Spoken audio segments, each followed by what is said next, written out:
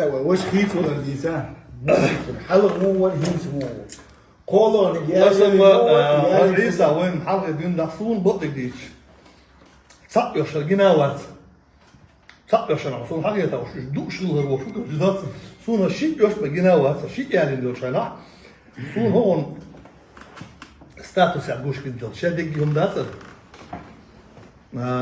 üç lüyemş suyuk lüyemş o loza deşkinası. Boyun sıddak ya düş. Şit yani o ol şana. Lüyemş suyuk lüyemş loza gidiyorsun.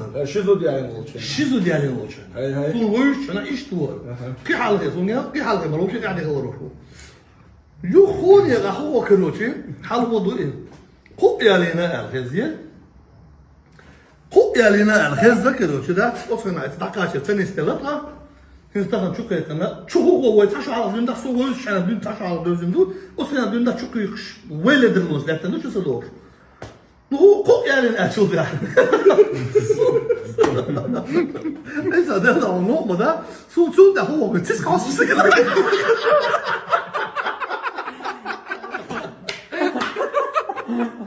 Dina keroşu, du so zaur to keroşu, du her vakit o alacaklar da tutakayla.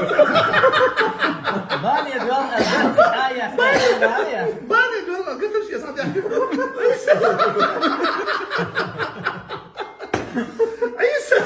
عيسى وتدوم على أدنى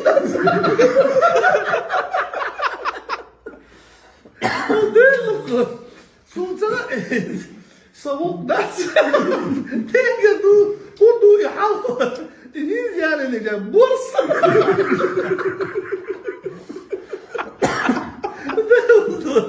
تاسي يوم لما ميزانو ليه شوف ده dolmaya. İyi hali. يا أقرب بولك أحكي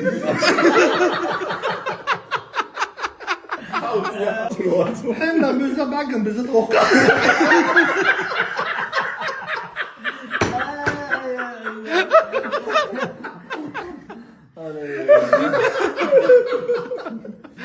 والله молодец. وكان ده يشيل يده.